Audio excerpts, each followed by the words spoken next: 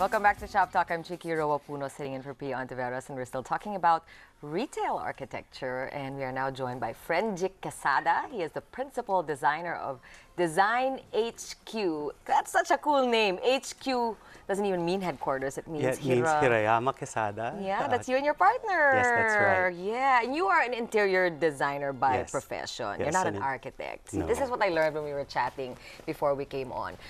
That you can either go with an architect or an interior designer, but it's more important if it's a standalone store to, I guess, have an architect to build For the it shell, up, diba? yes, that's right. Pero if it's just like you just want to change the look, or if it's in a mall where you're already assigned a space, pwede Yes. na interior design, Yes, diba? yes. And this is what, from the get-go, from the time you finished your schooling in PIID, you're teaching there still, by the way. Yes. You knew you wanted to do retail retail design. Yes, retail was very, very interesting to me because actually I have a degree in accounting, and I worked in PNG and SGV. So I went back to school na lang for the I went back, interior. yeah. So it's a nice balance between business and design. It's useful, everything that you did before, di Yes, ba? yes. Kasi yun na nga, Alfred mentioned in the beginning, it's like enterprise and design put together, di ba? Yes, yes. So it's nice talking to the clients and understanding the business side, because on your end, you're trying to translate their business objectives with your design. Yeah, that's it. Is that also what you teach now? Yes, in fact, we do some retail design as well as the business of interior design in the Philippine School of Interior Design. So in a nutshell, I don't know if it's possible, but how do you differentiate designing for a home and designing for a store? Well, for a store, I think the challenge, like for a home, obviously, it's for the homeowners, for their definition of their ideal home. For a store, it's more for the customer to enter the store and have a memorable shopping experience. So memorable in a sense that a retail design is always in the context of your client and their competitors. Because it's business, so they have different people offering the same product. Right, right. So the definition of the design is not only nice and appealing to the client, but also memorable, meaning it's unique for the brand it stands for.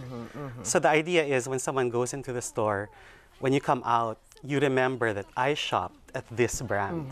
Because that's what they're after, not just selling, but to have a loyal customer base. Does this mean, Frenjick, that sometimes you personally have to forget about your personal, I guess, Yes, definitely. Yeah, Definitely. Yeah, because if you're not the target market, then Yes. if it doesn't necessarily appeal to you, it doesn't mean that you shouldn't use it for this particular store. Yes, diba? you said it perfectly. In fact, I even tell my students, the first thing we have to learn about commercial design in retail is that it's not about the designer, it's not about you, it's about your brand, who is your client, and their target market. So, for example, I've designed for technical cell phone brands, and I'm not really a technical person, Okay. so I have to understand who is their target market, Right.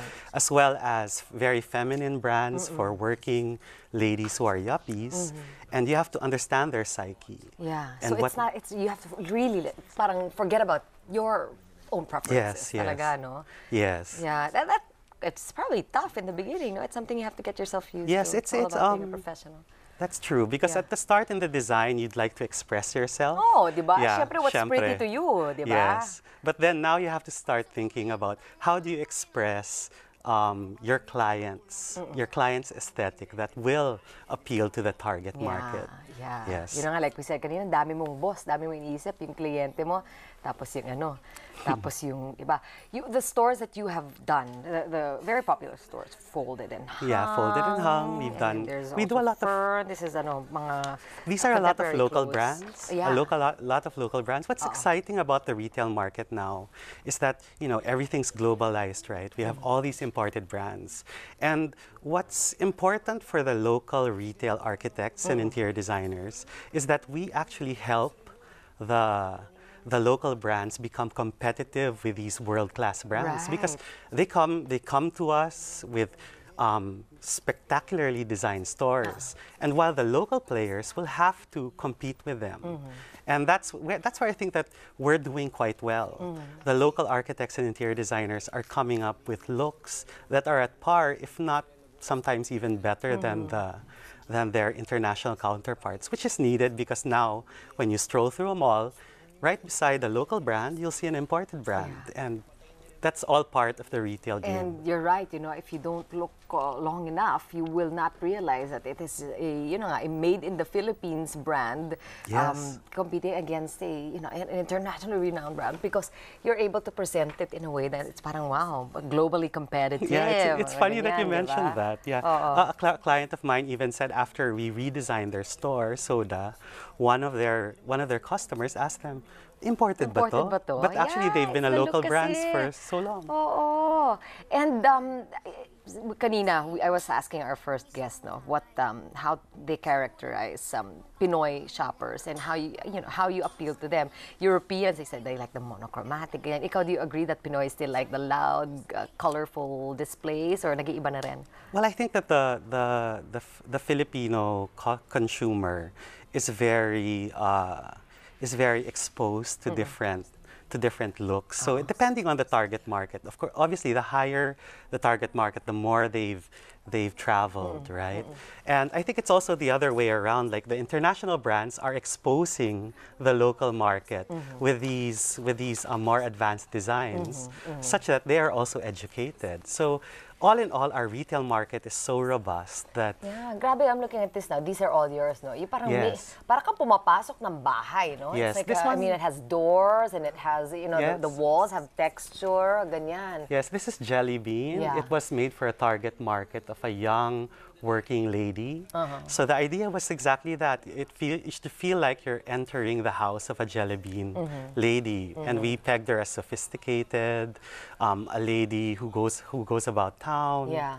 So does it smell good in that store also? You do that na rin? Yeah. Yes, of course. As Georgina said, so scent is the next. I know. Is the next sense to conquer. Yeah, it really is. For a store like Folded and Hung, I mean, the store name suggests that things are folded and hung. I guess you have to work with that too, huh? Yes, obviously. So as you see in this picture, what's unique about this store is that they appeal to both men and women because they have a men and ladies section. Therefore, the design has to be a bit androgynous or unisex. So we use some clean lines for this.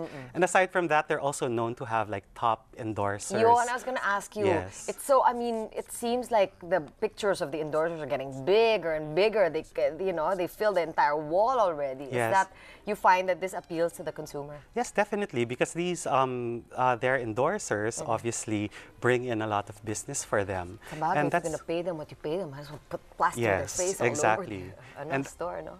And as a designer, you have to know if a client has an endorser, because you can't just design your store based on the aesthetic, but also keeping in mind that this is actually a selling point. If they see the face, let's say, of a famous artist there, it will actually pull in. So for Folded and Hung, since they're known for their very strong campaigns, we always make it a point that they have a billboard-size poster of their current endorser. What is the biggest challenge for you? I mean, if there's something that you don't look forward to when meeting with your client or when you're trying to finish a project, what is it? Well, I guess the challenge with clients, let's say, because what's interesting about my job is I meet different types of businessmen, and one thing they have in common, they're very confident, and they know how They know what they want. They know what they want. While they hire me to get our sound advice, there are times that it takes some prodding to convince them based on the experience that we have. And usually that's the challenge, to collaborate very well. And so far, it works very well because, they hire you for a reason and they listen. And then they renovate, which is a great thing because then you get to do their stores all over. Frenjick, we'll have you again after this break. We're going to take a quick break. We're going to have your questions and comments after the break. Stay tuned. Shoptalk will be right back.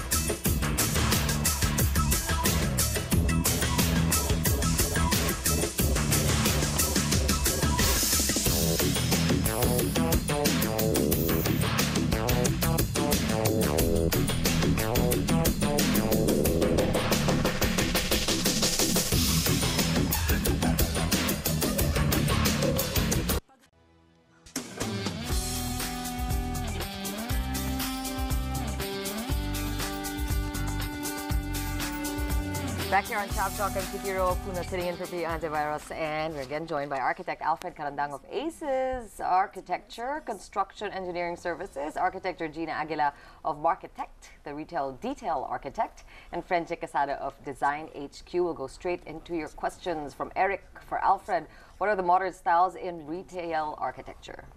Okay, the modern styles are, now our friend Jick and I were talking a while ago. Now the trend is about curves. Curves. Curves, before it's straight lines. Now it's a lot of curved lines. All right. Yeah. For Georgina, how important is visual merchandising in retail stores, and is it something all architects should know about?